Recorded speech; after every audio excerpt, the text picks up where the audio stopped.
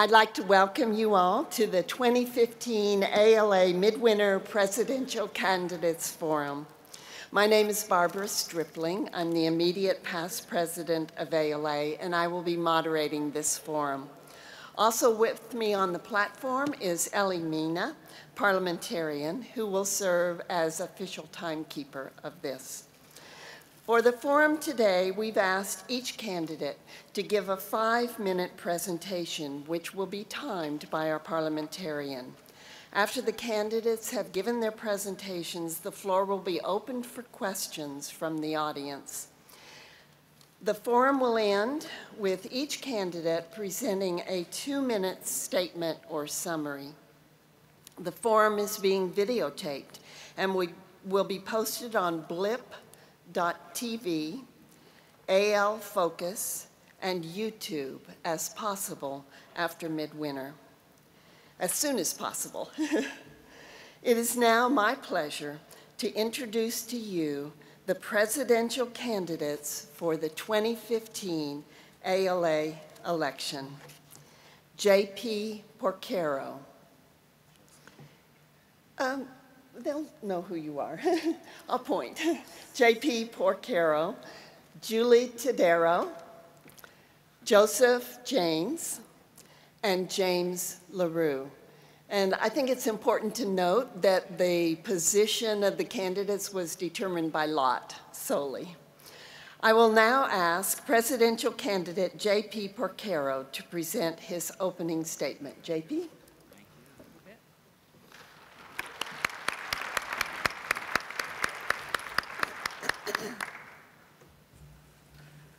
Okay, hey, I'm JP. Glad to see you all. Thank you all for having me. I wore my best cardigan for this event, just for this event. So I want to talk to you about some of the things I've been involved in. Have any of you heard of the ALA think tank? Some of you. All right, cool. We just hit 11,000 members right before midwinter. We're the largest space for librarians to talk online, and that's kind of like my thing that I built up. I founded the Games and Gaming Roundtable here in the ALA, and I founded the comic book member interest group here in the ALA. And I want to talk to you about what would be a successful end of my presidency. I would like to see out of the ALA a large-scale public relations campaign that values librarians. So the ALA has done a really good job of valuing libraries and valuing library services, right?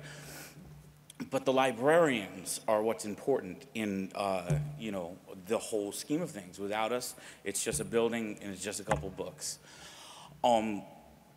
So OCLC put out all this data, right, that shows voter perceptions. And some of you might have heard this if I've been to your meetings, so sorry. OCLC put out all this data, and so when a voter goes to vote on library funding, and they vote for library funding, it is mostly based on their perception of the librarian, not how beautiful the building is, not what great services they've built or what great services they've provided, but what their perception of the person that they think the librarian is, right, what that perception is. We're growing up, I have an 8-year-old, I have a 10-year-old, they're growing up in a world with no school librarian. They don't have a school librarian at home. So what's gonna happen when that generation hits the voting booth? This is a really serious problem. It's not only a problem for librarianship, it's a problem for the American Library Association. Because we also know membership, you know, 15 to 20 years, we're going to have a serious problem with membership. Just as, you know, we have people retiring and not necessarily seeing the numbers of replacements there. I want to talk to you also about these 2 documents that the ALA put out. One of them came out in 1985, and it was a document on equity in librarianship. And then there was the 2012 numbers that came out of the Office for Diversity. And we're actually doing worse as a profession representing what the actual population of the United States is than we were doing in 1985. That's a serious the word problem does not describe you know, how it's almost unjust. This needs to be addressed now. And the way that I'm going to do it is firstly through listening and giving voices to all of our little roundtables, all of the ethnic caucuses, all of the member interest groups that are really like feeling undervalued and that their voice is small. If we can build an ALA that represents not just us here in this room, but represents everyone that is part of our little library ecosystem, that will really, you know, bring so much positive energy back into the association. Because when you think of the ALA, maybe conference is fun, but like think of the ALA as an organization. What kind of feelings does it give you? Maybe we can put a few more positive feelings into that. And so going back to my work with the ALA think tank, that's, you know, the way I can demonstrate that I can do that. I mean, we built this gigantic, kind of positive, always engaging space completely outside of the ALA, and I'd love to see it, you know, that kind of energy come to the ALA. I'm really, again, happy to have been here and had you all listen to me, so thank you. Thank you, JP. Presidential candidate Julie Tedo will now present her opening statement. Julie? Thank you. Thank you very much, Barbara. My entire career has been committed to service, and that's not only the institutional service we provide, but also association service. That has occurred at the local level, at the state level, and at the national level, and it's included service in ACRL, in ALSC, in a number of roundtables, committees, and some of the most fun I've had, which was working on presidential initiatives to help those people in leadership positions in ALA make their dreams come true and make their vision realized. And it literally is a vision and a dream when you step up to this position. I am particularly interested in ALA's 3 platforms, and I'm very interested in leadership and have been my whole life.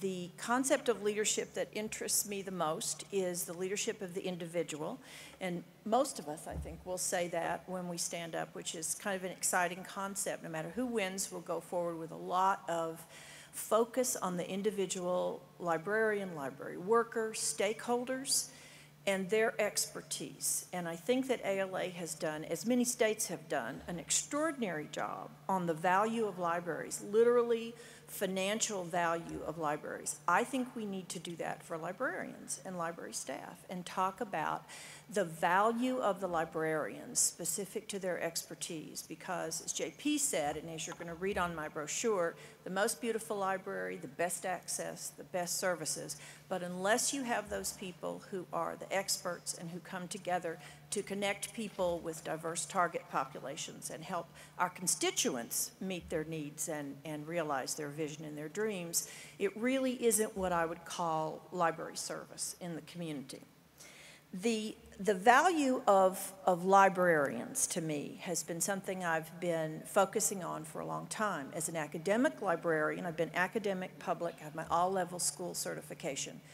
The value of my staff to my institution is something that I work on every day, and one of the most important things to me is the protection of their faculty status and their role in the institution and in student success. How the librarian contributes to the model of student success is critical to me.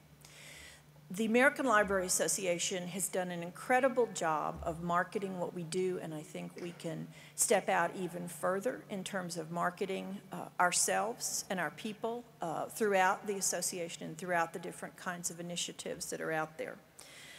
One of the things that I think is the most important for any of us is media relations, being able to testify, being able to answer questions. I have testified before every kind of legislature, and yes, the Texas legislature, which I also called a dark and lonely place for us. So someone said to me, social responsibility, Texas, I'm just not seeing that mesh. So you're right.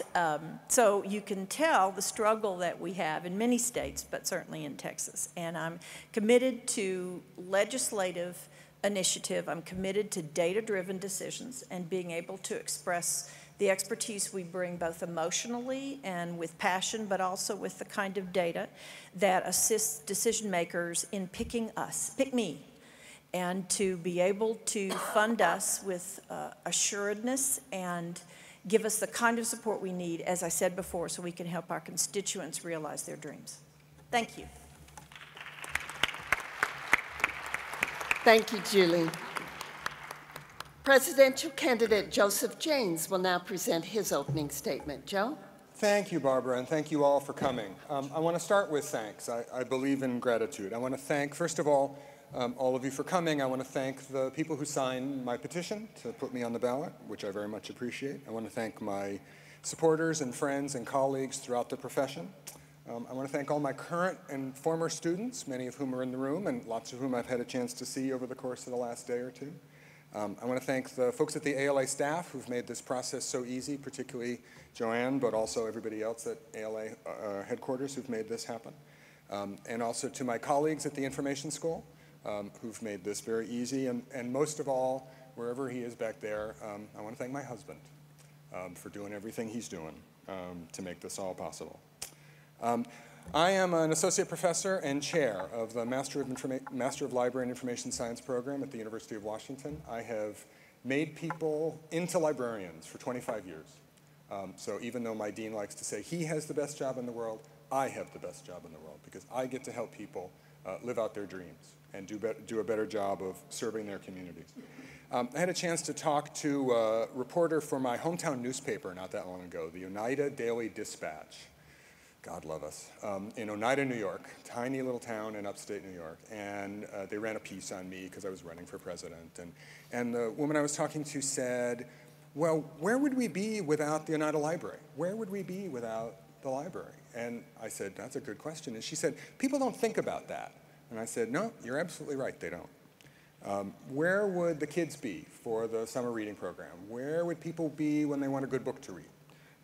Where would people be who don't have internet access and need to get a job or get health care or get education information or all the other things that we know people get through their public library? Where would the community groups be if they didn't have a place to meet?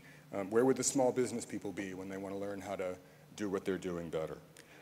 I could say the same thing about my institution. Where would the University of Washington be without the extraordinary library that we have? Where would the city of Seattle be and King County be without our libraries? Where would Eckstein Middle School, just down the street from my house, where would they be? As JP says, there's a damn sight too few school librarians and there's a damn sight too few school libraries. Where would every corporation, every state, every organization be? I want to tell that story. I'm tired of people thinking we are a luxury. I'm tired of people thinking we're a good idea. I'm tired of people thinking we are nice. We are vital. We are critical. We are absolutely the most important part of any community. We are the most important profession in the world because we make every human activity better every day. And then everything is changing. Social media is changing the way we interact and in many cases changing who we are and how we see ourselves. The conglomeration and agglomeration of huge data repositories, both as entities unto themselves and as means of insight, is transforming the way we think about knowledge. The publishing world that many of us grew up with, books and journals and media and images and sound and film, is undergoing a profound transformation. Fewer and fewer hands are holding more and more of the keys, and the prospect that people are going to create intellectual and cultural works that will forever be tethered to a publisher terrifies me. And at the same time, open access, open source, self-publishing, institutional repositories, so many ways that voices can be heard that never had a chance before.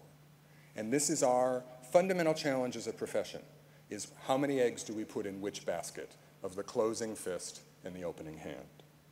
We are in the middle of all that, often with resources far too scarce and far too diffuse, other than our ingenuity and creativity and innovation and cooperation, which have marked librarianship for a very long time. I do have the best job in the world. I'm proud to tell you that my program, the program that I run, me in collaboration with my colleagues and friends at the school, 1 in 4 of our students come from traditionally underrepresented groups. So we are doing our best to make the profession better. I've spent my whole career making librarians and making librarians better. I can't wait to do that as your president, and I would very much appreciate your support. Thank you very much. Thank you, Joe. And now I'll ask presidential candidate Jamie LaRue to present his opening statement. Jamie? Well, I think like all of us up here, I am in it for love, people. The earliest memory of my life was my father telling me, "You are so stupid." And I want to say that although I never believed my father, it's the kind of thing that you hear this every day and it kind of takes its toll.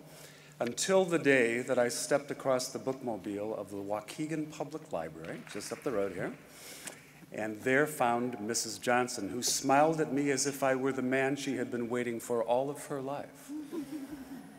And she said, "Hello, what are you looking for?" And I said, "Well, I'm 5 years old and I read a lot of comic books. I was, in fact, the only child on my block who could spell invulnerable." And I said, and I saw this phrase, speed of light, and I thought, who decided that light had a speed? I thought it was on or it was off, and and how did they figure out that it went a certain distance? And she said, eyes all a twinkle. What a fascinating question. Let's find out. Libraries had me at hello. For the next 30 years, I was working at trying to fulfill this promise that I felt Mrs. Johnson had given me. And so I was a public library administrator, worked frontline, volunteer in the library, formed the library club in 7th grade. This is a early version of Geeks Are Us.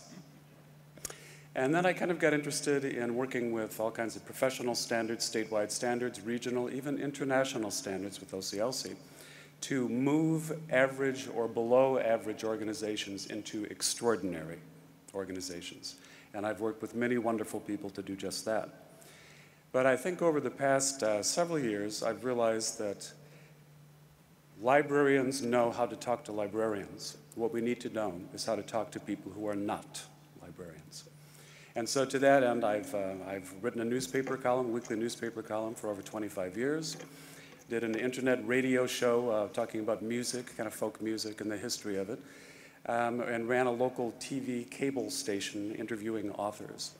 In all of these ways, and also have served on economic development councils, have worked on the development of statewide curriculum standards as a citizen volunteer.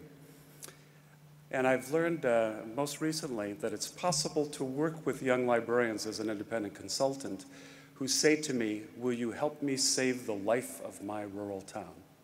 And do, and do. So, if the question is, what's the future of the public library, the academic library, the school library, and all of the communities that we serve that have yet to learn how we can help them articulate their deepest aspirations and make them come true? What a fascinating question. Let's find out. Thank you. Thank you, Jamie. We now have the opportunity to take questions from the audience, and I will try to keep track of the microphones and call on you in the order that you stand up. Please come to the microphone, introduce yourself if you would, and then ask your question. And once you've been recognized and state your question, the panelists, the candidates are going to answer in order, and then I'll reverse the order the next question. Microphone number 3. Nan Blaine Hilliard, member. I would like to ask all the candidates to describe briefly their experience within ALA and very specifically with ALA Council, because working with Council is something that the President needs to do. Thank you. First is JP. You need to go up. Sorry, it's a lot of moving around, but they need to. For one question, okay. You start the clock. I served as my state's chapter counselor, and what I really loved about being state chapter counselor at the time that I was doing it was that there's this kind of I told you about Think Tank, right? There was like a whole bunch of us who ran for council together, and it was a really fun experience for all of us to be able to, like, you know, not just be down here looking up at the ALA Council, but actually be there. And I was there representing my entire state. It was so great. My #1 Facebook post of 2014, I should say, the one with the most likes, was a text that someone sent me that said, "JP, you make ALA Council bearable." And she's in the room, actually. Thank you. Just go ahead.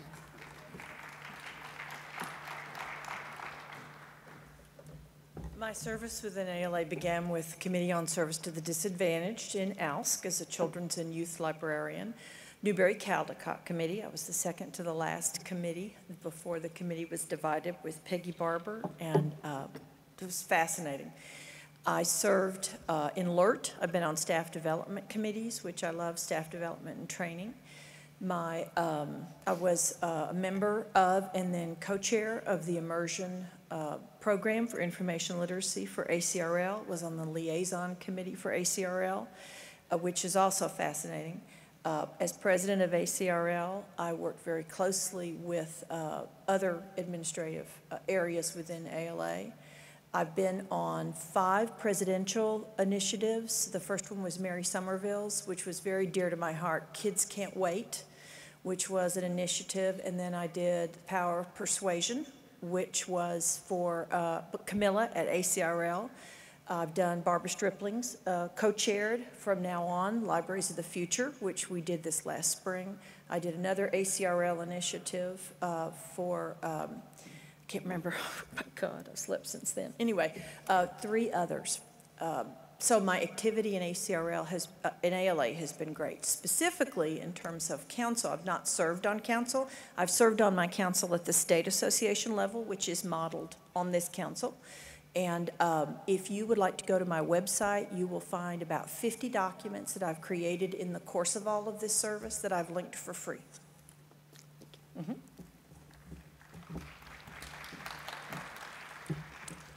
I joined ALA as a newbie student in 1982, went to my first conference in Philadelphia, got sick as a dog, took all the catalogs home like I was gonna, you know, change the world through public librarianship. God, that was fun, after I got healthy. I served a couple of stints on the OITP Advisory Committee and 4 fascinating years on the Committee on Accreditation, which I thoroughly enjoyed, and to which I cannot be reappointed, which I appreciate.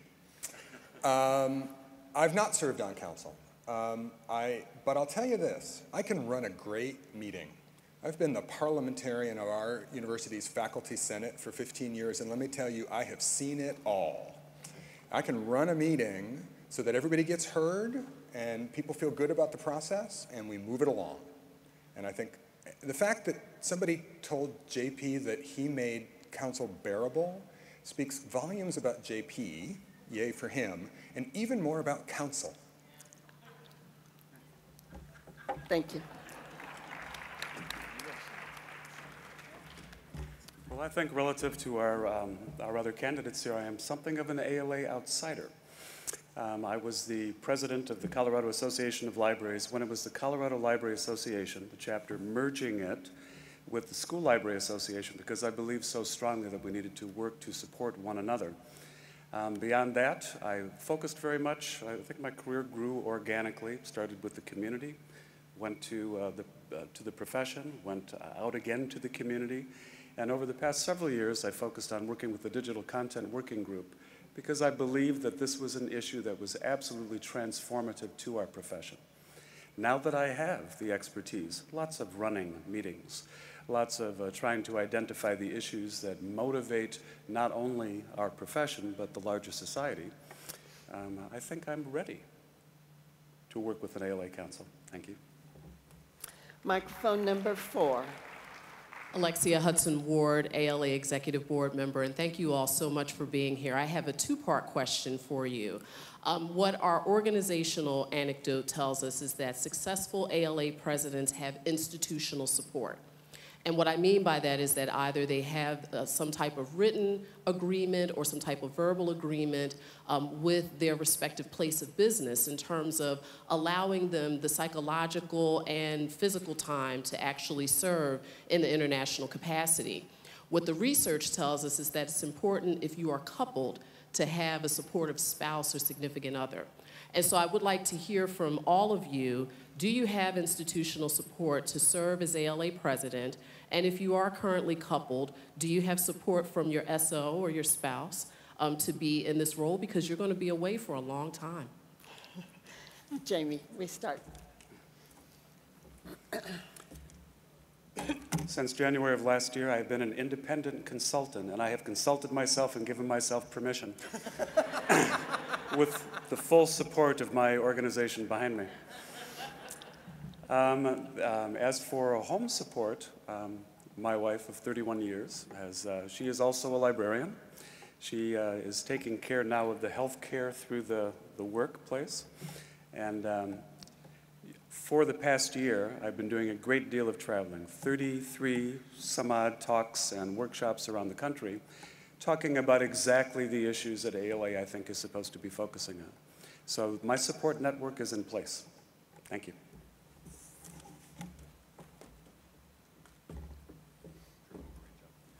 If we don't trip over each other before this is over, it'll be a miracle.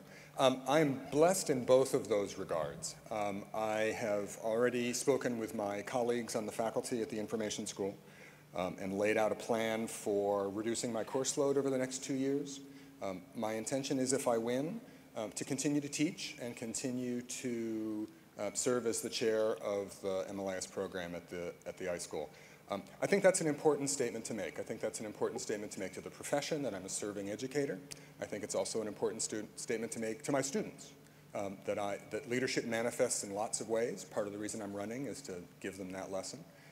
And my colleagues on the elected faculty council and in the greater faculty have graciously agreed to that, to the extent that they've decided to write a letter to the elected faculty council from 3 years from now, recommending that I be allowed to defer the sabbatical I would otherwise get next year until 2017, which you don't get that in academia very often, I'll tell you. And the person in the world who is most interested in me winning the election for president of the American Library Association is my husband, right back there, who's an attorney and former social worker and joined ALA so he could vote for me.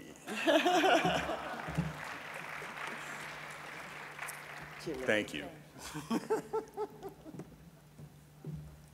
Well, I'm a multitasker, which is probably an understatement if you know me. I've been very busy at work for the past 7 years, and I have not been able to do a lot of traveling, and my situation has changed. So I have been committed to service from a distance, writing and publication and research, and so I thought long and hard about whether or not this would be a trip for me. So I spoke with my president, who is an incredible person, and we have also a new VP administrator who's incredible, Dr. Cook and Dr. Rhodes, and they are very supportive of this as a community college. I would be your first community college person as president of ALA. Camilla Alire started out as a community college person. Pat Schumann was a community college person, but no one has ever been a seated community college president. So we are in an unusual time now, I think, at the federal level, and I think it behooves our organization to have the kind of exposure across a number of platforms. I'm not used to answering questions about my personal life, but I have 2 rescue dogs, Herbert Palmer and Kylie Ann Elizabeth, and they too joined ALA so they could vote for me. And they are, remember, on the internet, nobody knows you're a dog. And both of them have bonded with my sister and her new rescue turtle. And they are committed to, they text me, they let me know what's going on, and they are committed to my success, as are my staff and faculty. I have the most incredible, most wonderful staff in the world. Thank you.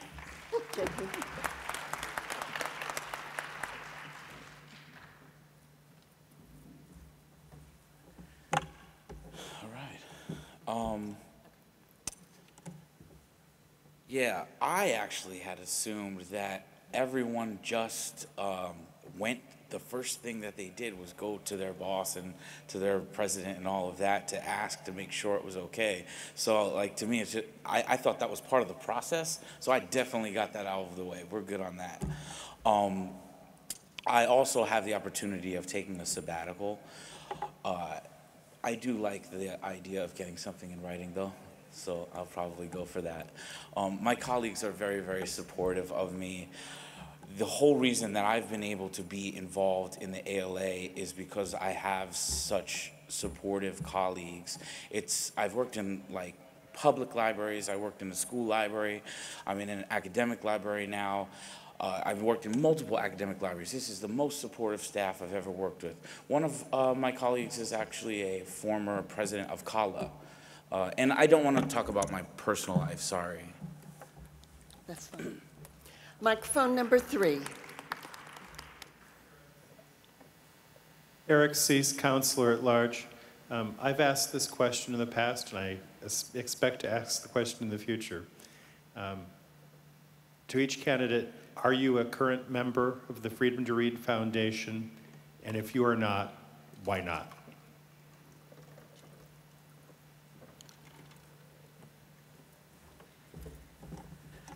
My institution is an institutional member because we do believe in the values that the Freedom to Read Foundation holds. Before people prepped me, right, about this question. They said, they're gonna ask you about the Freedom to Read Foundation. And here's the thing about the ALA. It's a very expensive thing to be involved in. And as someone who's lower down on the totem pole than the rest of my candidates as far as, you know, dollars and cents goes, I can't afford, you know, to join everything. But I do, you know, believe in what's going on with Freedom to Read Foundation, and we are an institutional member. I was able to get that through, so keep doing what you're doing, and someday I'll get there, you know. Thank you. Wait, this job doesn't pay? I am a member of the Freedom to Read Foundation, and this year I joined at the higher levels so that I could help honor Judith and another initiative there. So I had a wonderful talk with them on Monday. I think the work that they're doing in the Intellectual Freedom Committee is incredible. I love the Choose Privacy initiative. So yes, I'm a member. I am as well. And while we're talking about intellectual freedom, one of the great privileges of my life, and probably the most patriotic thing I've ever done, was I served as an expert witness on behalf of ALA in the SEPA case in federal court in Philadelphia all those years ago. And I know what happened at the Supreme Court. I was actually at ALA in Toronto when the Supreme Court decision came down, and I saw Mitch Friedman in just outside the ALA store looking absolutely stricken when we all found out that we had lost the appeal. But I like to say, when I was there, we won. So I'll take a little bit of credit for that. And just a tiny little side story to that. One of the lead plaintiffs was a young person from Portland, Oregon, who had sued so that they could remove the blocking software to be able to find information about gender identity. And many years later, as a transitioned person, they have now graduated from our program. And I could not be happier about all of that. A lovely little moment.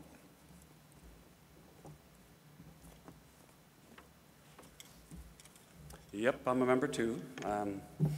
Also, this has been a lifelong interest of mine. I wrote a book, The New Inquisition, that's all about intellectual freedom. And most recently, I got a call one day from the ACLU, and they said that in Douglas County, Castle Rock, the Republican Party took over the school board and it launched a voucher program that took public monies and transferred them to private religious schools, something that in my judgment is pretty clearly against the intent of the First Amendment. And so I agreed to be the lead plaintiff in an ACLU lawsuit against the Colorado Department of Education. And I apologize for all my many friends at the CDE who I'm now suing them. And that's been an interesting sort of thing about having to walk the walk, to stand up and try to directly confront the law. I've also testified about various kind of internet filtering bills, and this is a core value for us. We have to live up to that. Thank you.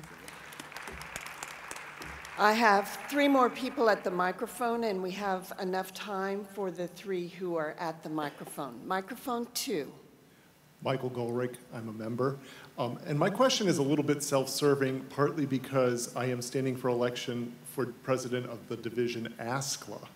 And my question is, how do you envision working with the divisions? It's been my experience when on council and on the executive board that relationship sometimes has opportunities for improvement. So how do you envision working your program with the divisions? Thank you.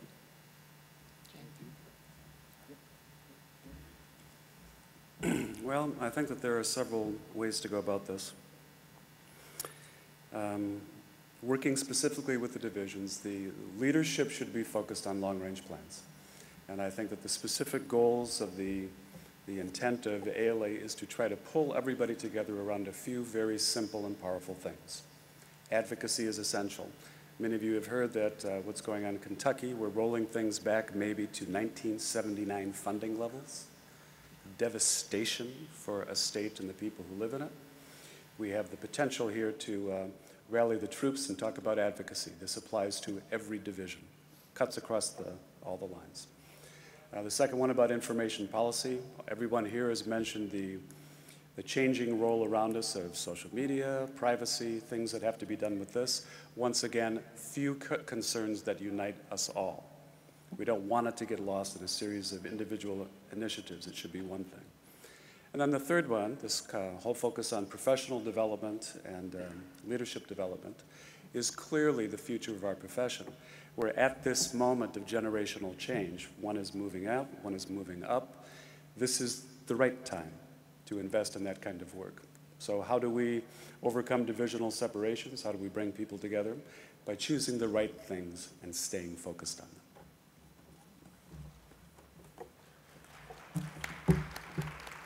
That's good, what he said. I'm 100% behind that. So let me just talk a little bit about my own style. Having been a faculty member for basically my entire adult life, or what passes for it, I've learned the value of collegiality, that working together, finding ways that consensus can be built and collegiality can be built, makes any organization stronger, makes any effort stronger. I think I'm pretty good at that. If you ask my colleagues, I think they'd tell you that.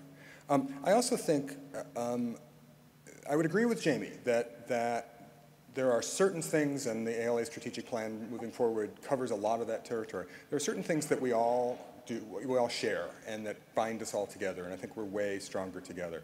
And within that, there are individual variations, and the different divisions and roundtables and offices and committees and so on will have those individual variations. And of course, you know, that is as it should be, but the tighter we are together and the closer we are together and the closer we can work together towards common goals, I think the better off we are.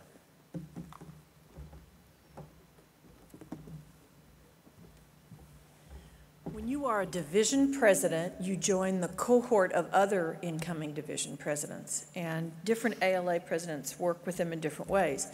My ALA president was LaRue Roy, and I know I've told half of the people in the room at some time or another, she did an incredible job of working with the divisions on appointees to committees, which is where it starts.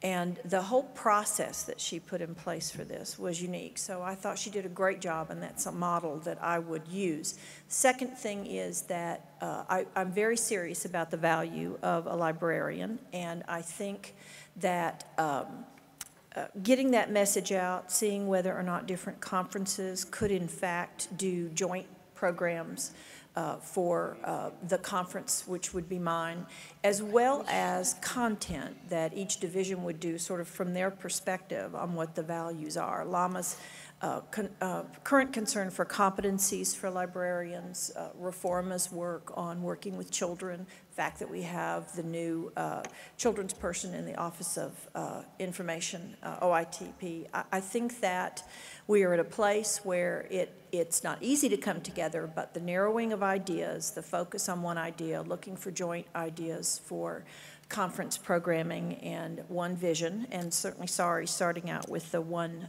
vision one ALA sets the stage for that. So I would be honored to be able to bring people together in that way.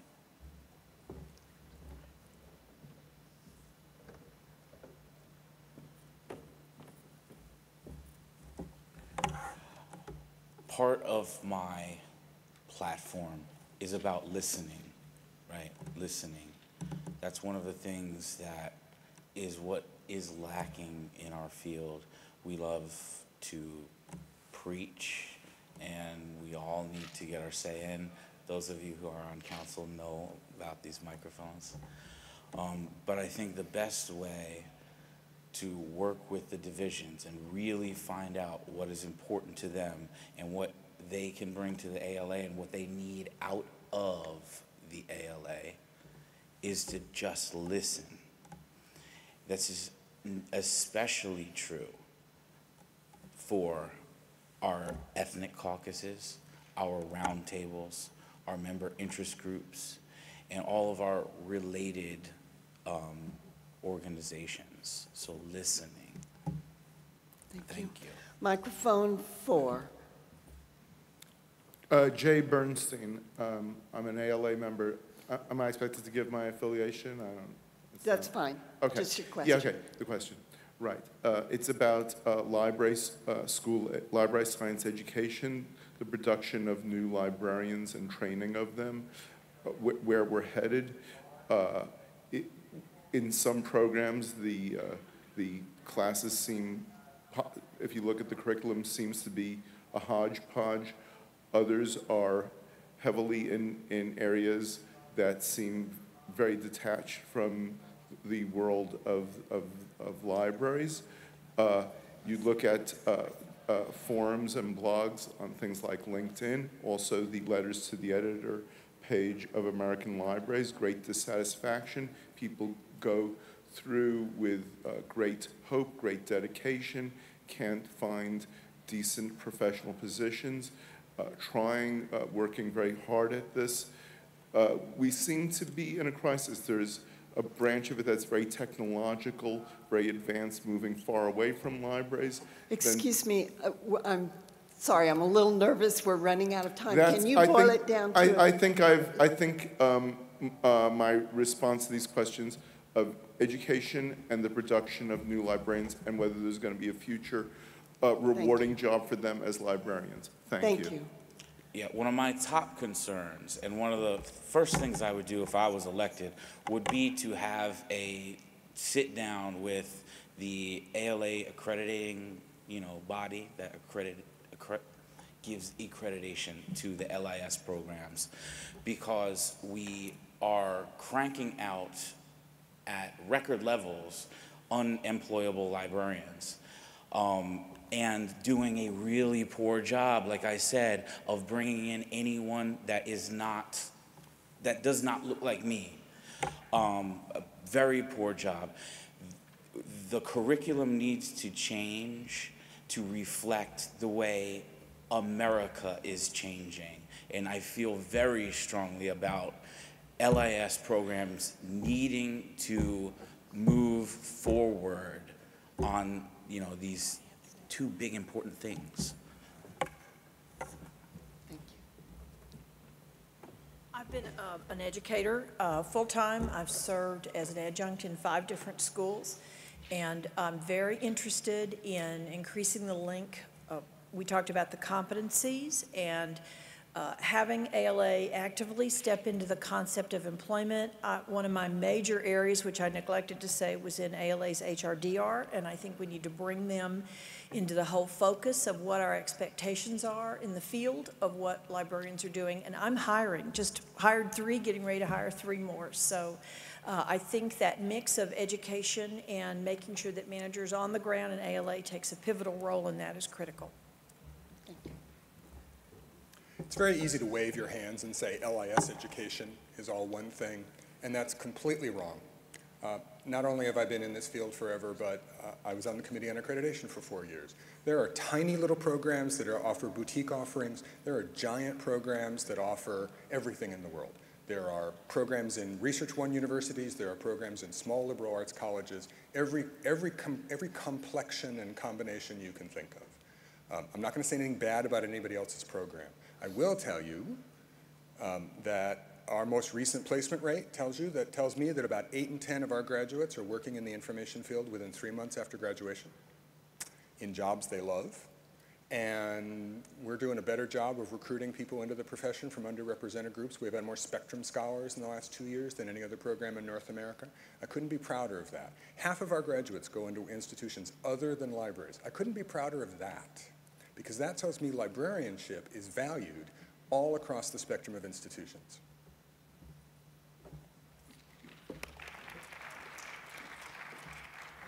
I guess I hear two questions in that. First one, what's the future of librarianship?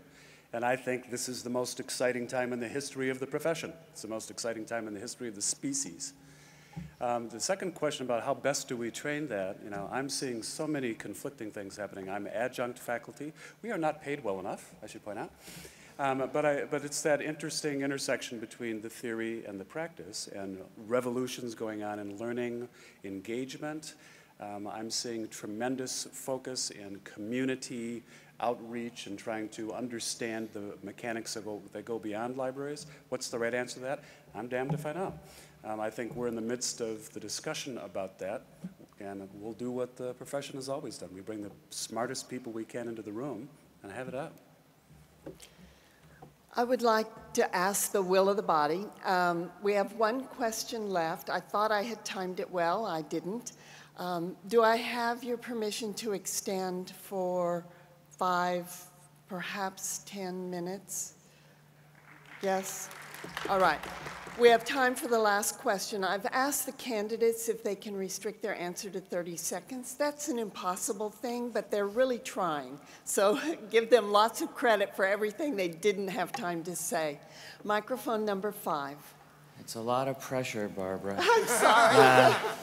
Scott Walter, counselor at large, and I'm also a candidate. I'm a candidate for ACRL president this year. And one of the things that I've heard speaking with my division members is what JP said. It's expensive to be involved at the national level, and more of our librarians are finding their network and their leadership opportunities at the local and state level. My question to the candidates is how, as ALA president and working as part of that leadership cohort, could you imagine national supporting, enhancing, and amplifying the opportunities available for those who serve primarily in our state associations? I think I touched on this in one of my earlier sessions with one of the smaller groups, and I think the answer is this. It's not something that ALA solves, it's something that's solved by local institutions. I believe very, very strongly that it is the obligation, it is the responsibility, it is the duty of leadership at all of our local organizations to create those opportunities, to create those resources locally as the essential investment in staff development. It doesn't happen nationally, it happens locally. It's a tough one. You can't do everything, you can't do it all, you can't, and sometimes you have to pick and choose. A lot of leadership happens at the local level, and we, of course, we want strong state library associations and local organizations and stuff. A lot of great continuing education goes on in there. But there are things that ALA does that nobody else can do. Who else can do the kind of policy work that ALA does? Who else can do the kind of advocacy that ALA does? We're all in this together, but I think, it's an investment. And making it perhaps a little easier for people at the beginning of their career to make that investment, yes. But it's an investment, and we all have to make it for the betterment of everybody.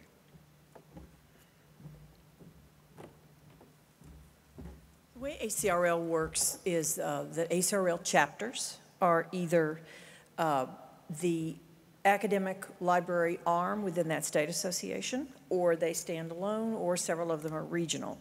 And I think we need to talk to the chapters to see how the state associations can lean in on this. That's the first answer. Now, here's part of the answer, which I have to go a little over my 30 seconds. I am very committed to academic librarians defining for the tenure-driven world what virtual and digital experience is, and I'm very interested in ACRL and other institutional divisions, taking a look at virtual and digital experience. I walked by rooms today, Face Talk. They had 2 members coming in that way. So I think we need to look at involvement and define it and structure it and realize it and make it part of a very strong tenure decision. That's the second answer. The first one is let's go back to the chapters and talk about that's 50 groups of people who have extensive information on it.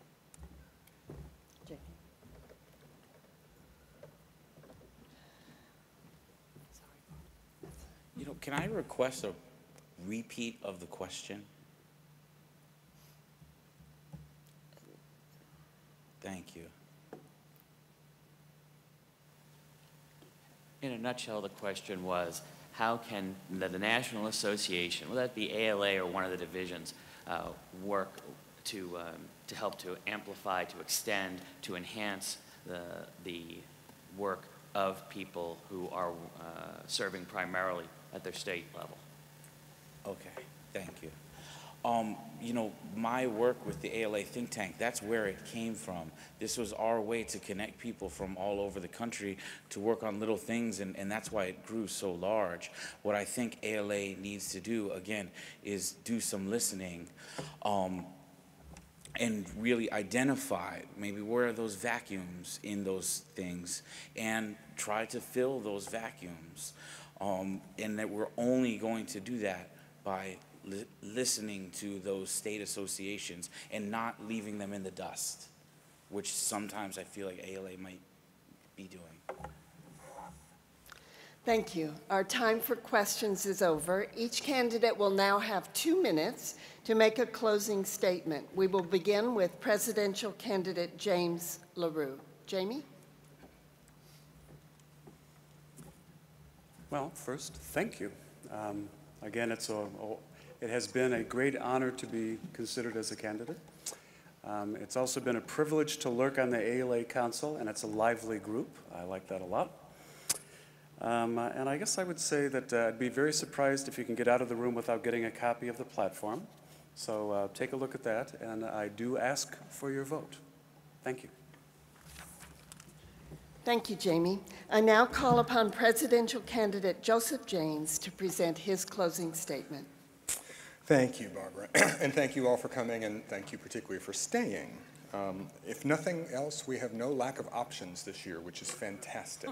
I think the fact that there are this many people from such a wide range of backgrounds and experiences running has increased interest in this. I want turnout to double from last year because people ought to vote. It's not that hard. My mom was a librarian, and so I get a lot of this from her, and I just want to pay tribute to her for a second. And I want to leave by telling you what I tell all the people who are interested in our program and all of our new students at orientation, and what I tell them at graduation as well. There's nothing better you can do with your life. If you want to be a librarian, if you want to do this for a living, you're taking the best job there is. We're one of a handful of professions that has the human record in our care. Everything that has gone before, all the exploration of what it means to be human, our relationship to each other, our relationship to the universe, we have all that.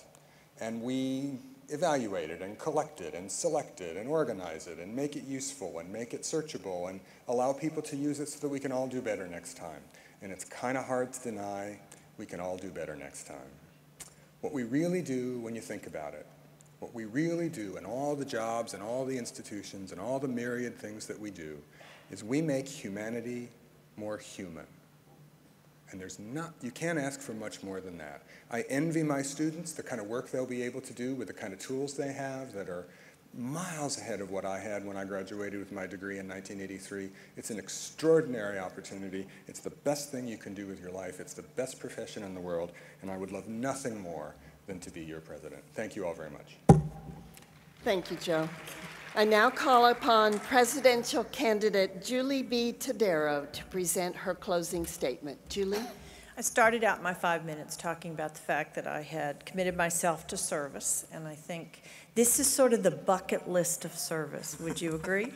ALA presidency is an honor that comes to very few people in our profession, so I would be very honored to serve as your president. I think I have unique experience in that I have worked frontline in all types of libraries and in almost every area of ALA, and I think we're all quick learners, but we are an enormous organization, and so having a little bit of the information that we need is critical to us. Keeping the continuity that the current ALA presidents have done, Courtney's work in terms of following other people, building on other expertise, and Sari is doing something the same, and it's just a critical thing that we have to do. We can't wait. We have to keep a consistent flow of information, and I do think we're in a unique period of media. I think Jamie's correct that we are in a unique place in terms of information. I used to tell people you would never open a newspaper and see the word library or information, and now you can't open a newspaper without seeing that. Vote for me. Thank you, Julie. And now I call upon presidential candidate J.P. Poroh to present his closing statement. J.P.?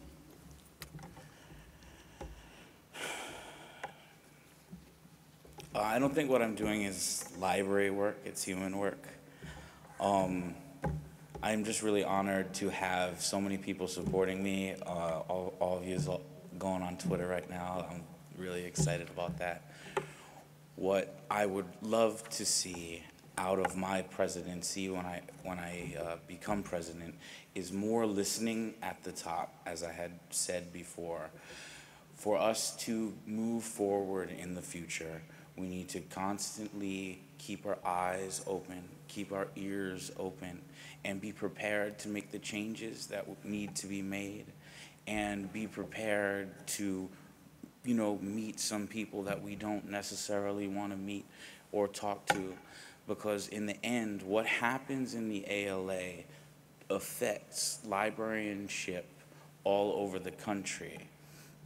So it's very, very important that we do acknowledge that there is going to be problems for this organization down in the future, 10 to 15 years, like I said in my opening statements, and really consider now, this is the time for us to listen to our members. This is the time for us to listen to those people that can't afford to join ACRL. This is the time to listen to Naomi, who started I Need a Library Job, which should have been an ALA project, and it isn't. So we really, by listening, we can stay relevant. We can grow what needs to be grown. We can weed what needs to be weeded. And in the end, both the association and our libraries will be better off for it, which means that the world will be better off for it. So I hope you do vote for me. Thank you. Thank you, JP. This concludes the 2015 ALA Midwinter Presidential Candidates Forum. It has been my total pleasure to be able to moderate this forum. I'd like to thank all of the candidates and to all of you all who came to hear and stayed. I'm sorry we ran a little over, but I would also like to strongly encourage you to vote this spring. Yeah. We heard a count of let's double the vote. We can do that. If each one of us urges 20 members to vote, we can double that vote. Electronic balloting will begin on March 24th, 2015, and polls will close on May 1st, 2015. We will know the results of the election on May 8th, 2015. Again, thank you very much for coming. Good job.